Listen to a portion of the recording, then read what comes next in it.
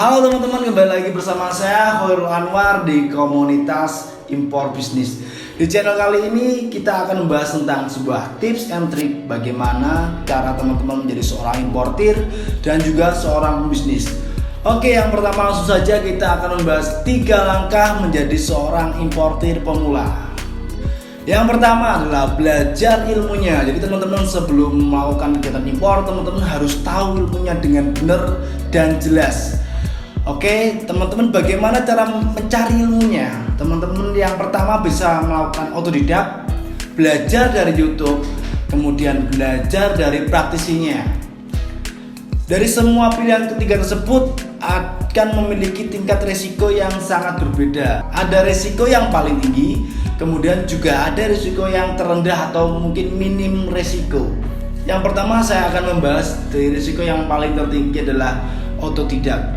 Oke teman-teman, berarti kalau teman-teman belajar otodidak di sini, teman-teman bisa cari-cari sendiri, belajar sendiri dari manapun, teman-teman mencoba sendiri, dan di situ memiliki resiko yang sangat besar. Karena apa? Sekali teman-teman salah langkah, teman-teman tidak akan ada yang membantu. Dan apabila teman-teman low budget pasti sudah langsung habis uang tersebut, karena tidak ada yang mementori, tidak ada yang membimbing. Dan otodidak ini juga membutuhkan waktu yang sangat lama sekali, 2 tahun, 3 tahun, bahkan sampai 5 tahun, sampai teman-teman benar-benar menemukan benang merahnya. Oh, seperti ini tuh jalannya. Berikutnya adalah yang resiko lebih rendah daripada otodidak, yaitu belajar dari media sosial ataupun belajar online ya, dari YouTube maupun artikel-artikel lainnya. Itu juga bagus saja untuk menambah pengetahuan, tapi ingat teman-teman, kalau teman-teman ikutin semua arahan tersebut itu pasti memiliki risiko. Karena apa? Sekali teman-teman salah langkah, teman-teman mau mengadu kemana? Terus siapa yang bertanggung jawab tentang tindakannya teman-teman? Oke, jadi untuk belajar dari media sosial itu menurut saya kurang bagus, tapi kalau hanya untuk menambah ilmu pengetahuan aja boleh. Tapi kalau teman-teman sebagai pemula menerapkan itu langsung kepada teman-teman, itu saya sarankan tidak. Yang berikutnya, yang ketiga adalah belajar dari praktisinya langsung. Oke, di sini adalah belajar dari praktisi. Untuk tingkat resiko itu sangat minim sekali, bahkan tidak ada, karena teman-teman langsung belajar dengan praktisinya. Mungkin teman-teman punya saudara atau punya teman, punya tetangga yang menjadi seorang importir, teman-teman langsung belajar dari mereka dengan bimbingan mereka, arahan mereka, itu bagus, minim resiko.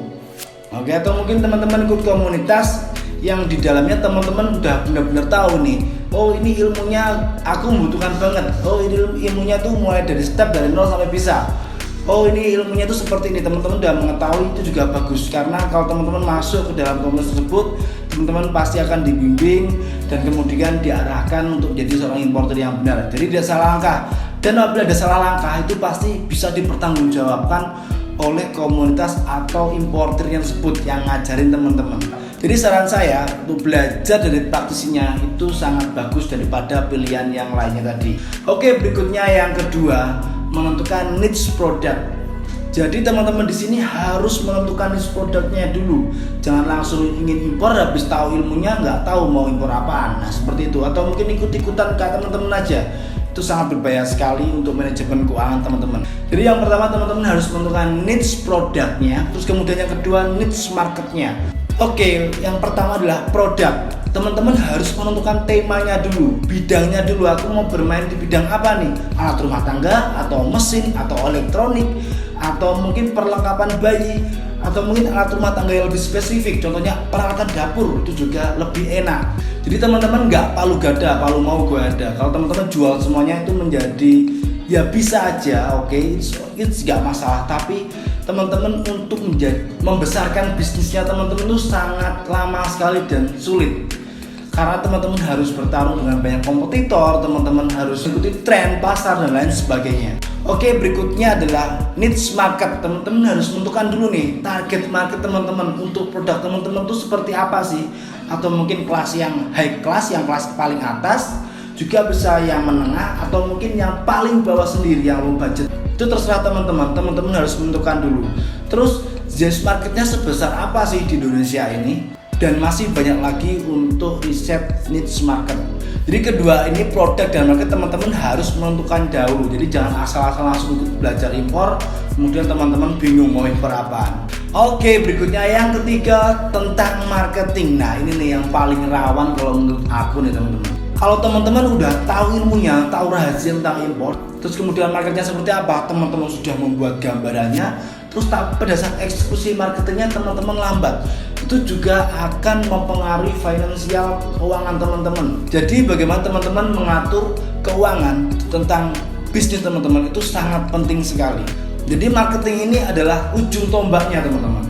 Di marketing ini saya bagi menjadi dua, yaitu tentang offline dan online. Yang pertama adalah online. Teman-teman bisa mungkin jualnya di marketplace, di toko hijau, toko online dan lain sebagainya. Atau mungkin teman-teman bisa menggunakan Facebook, Instagram, TikTok dan lain sebagainya. Atau mungkin teman-teman menggunakan ads, Google atau mungkin website, itu juga bagus. Agar kemampuan teman-teman terasah, agar bisa menemukan winning campaign-nya. Jadi teman-teman bisa menemukan iklan yang tepat buat produknya teman-teman. Karena setiap produk mempunyai pasangan teknik iklan yang berbeda-beda. Jadi teman-teman harus menemukan itu di online. Oke, yang kedua offline.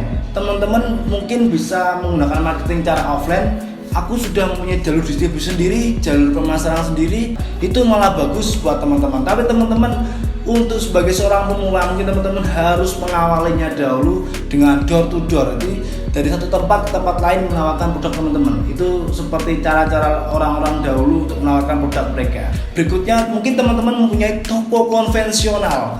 Jadi teman-teman mempunyai toko offline sendiri. Jadi teman-teman impor terus teman-teman pajang dan jual di toko teman-teman sendiri secara offline. Itu juga bagus. Terus kemudian mempunyai pasukan penjualan ataupun kita bisa sebut itu reseller. Konsep reseller di sini semakin banyak maka semakin tinggi tingkat closing teman-teman. Semakin produktif reseller teman-teman, maka semakin cepat pula penjualan terjadi pada produk teman-teman. Jadi saya sarankan kalau untuk marketing itu tergantung produknya ya teman-teman ya.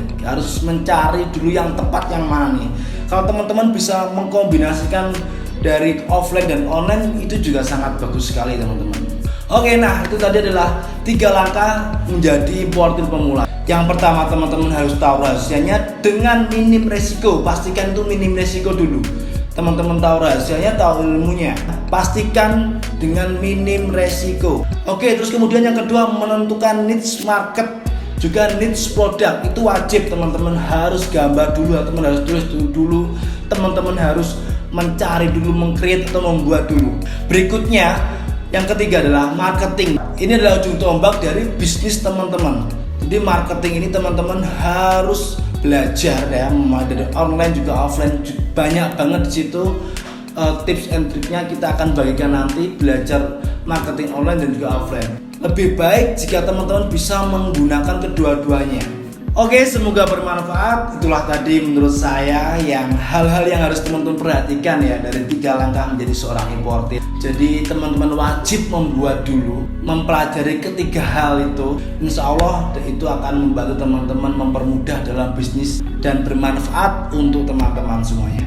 Terima kasih dari saya Khairul Anwar dengan channel Impor Bisnis. Sampai jumpa di pertemuan berikutnya. See you.